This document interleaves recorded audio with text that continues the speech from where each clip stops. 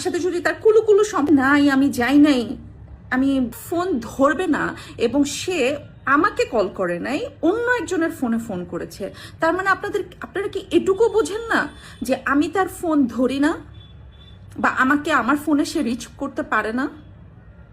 আমি যে তার সাথে কথা বলি না এবং আমাকে যে সে রিচ করতে পারে না, এই জন্যই তো সে অন্য একজনকে ফোন করে আমার সাথে কথা বলেছে, বিকজ সে আমাকে রিচ করতে পারে না।